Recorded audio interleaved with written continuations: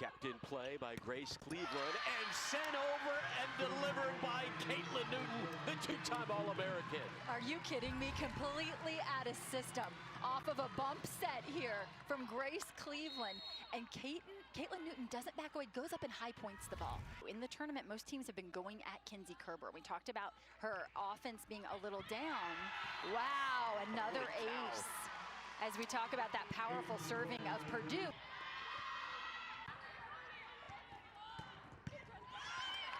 The dig by Otek. And saving that one somehow. Again, Otek on the defensive end. Purdue having a block party here in Pittsburgh to start things off. And that 22 on the outside, taking the, oh, look at the save to keep it alive for Purdue. It's the defense that turns into offense for Purdue. What Purdue has been from the serving line. Off the McComber serve. Dig on the back row by the Cougars. Colvin, and that is in. The freshman putting on a show right now with a match high in kills, 7 of them.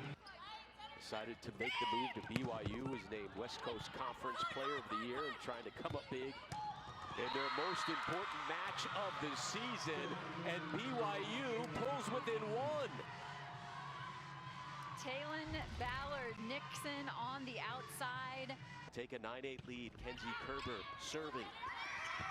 Sent over.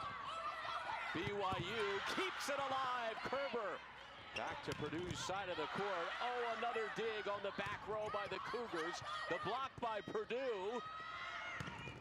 Oh, and Ballard-Nixon does it again. Kenzie Kerber with 99 career aces. And there is number 100. Man, you set that up perfectly. 8-0 run for BYU. Drop the left hand of the middle blocker there and take away some of that sharp angle, or at least touch it. Taylor Hefo. And there's another ace in this set for BYU. Well, early on it was Purdue taking the first set 25-12. Now it's been all BYU. Up 24-16, set point again for the Cougars. And there is the set put away by Kennedy Eschenberg. What a response by BYU, taking this one 25-16. Look at the first contact right there from BYU, and that's what impressed me. They settled back in, took care of first contact. Haley Bush, 12 aces on the year. They send it over for Ballard-Nixon, batted around.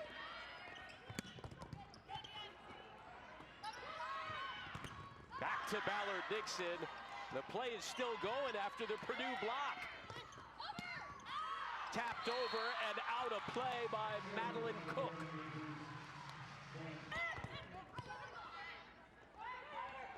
Setting it up for Livingston with the point. Erin Livingston, the sophomore.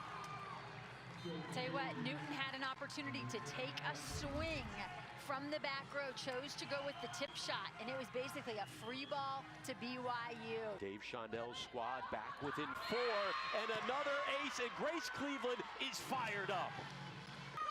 Well, it only makes sense that after Purdue dominated the first set, BYU the second, that we are back and forth here in the third. What a response from Ballard-Nixon there. Ballard-Nixon, Otek with the dig. Too much BYU, and the Cougars take set number 3 and lead it 2-1. Who would have thought, after the way Purdue completely dominated set 1, that it would be BYU leading 2-1? They have come roaring back, playing with a complete package, offense and defense, service pressure, passing the ball, and the emotion to go with it. So coming out of the timeout, let's see if BYU can stem the tide. Boilermakers up early in this set now, 5-0. Great looking transition game there from Purdue. Bauer setting up Livingston, Horning with the dig. BYU with some strong defense of their own, and Kerber with the point. And again, we see the hitters for BYU staying at opposite sides of the net. So Kerber staying on the left side there throughout that rally. Livingston staying at the right side. Boilermakers set it up for Newton. Oh, that one off the face. It looked like a Pifo. And this is Newton at her best, when she swings aggressively, goes up high, hard, and deep. That is what she does so well. Otek. Push to Newton. Kerber was there with the dig. And that one is in. Emma Ellis, the junior from Charlotte, North Carolina, helps Purdue keep their season alive and take set number 4, 25-13. Transfer from Washington State, 16 aces on the year serving. Newton flying in and denied by BYU.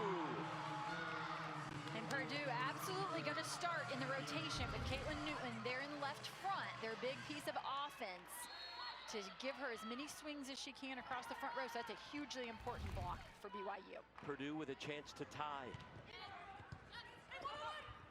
Ellis at the net, and we are tied at 7. And again, it's been a carousel of left sides. It's been Cook, it's been Chen, it's been Ellis. And this happens to be the right player at the right time for Coach Shondell. Nice play by Emma Ellis. Cleveland and BYU's defense coming up big when they need it most. Timeout on the floor. Cougars up by 3. It's Purdue leading the blocking battle in this match with 14 to BYU's 10. But boy, that one feels like it's worth about 3 or 4 points, doesn't it, here in this 5th set? That's a huge block. Grace Cleveland. Kerber with the point. Set point, match point on the way for BYU. Match point again for BYU. Jenna Otek, the All-American, serving. The Big Ten Defensive Player of the Year. And an ace! Otek with her 2nd ace of the day. Jenna Otek trying to keep her season and her career alive.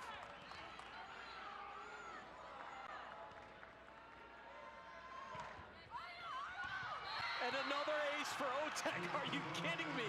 2 straight, 3 on the day, and the Boilermakers back within 1. Grace Cleveland, another senior leader for this Purdue squad. Purdue saying there's the point, and they do get it. The Boilermakers up by 1, set point, match point. Net violation being called on BYU here. And I believe it's on the follow through of Knighting.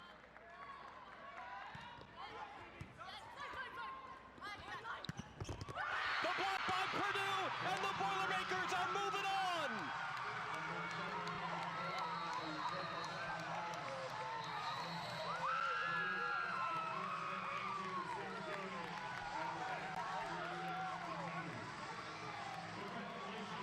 Well, it went down to the wire. It took 18 points in the 5th set.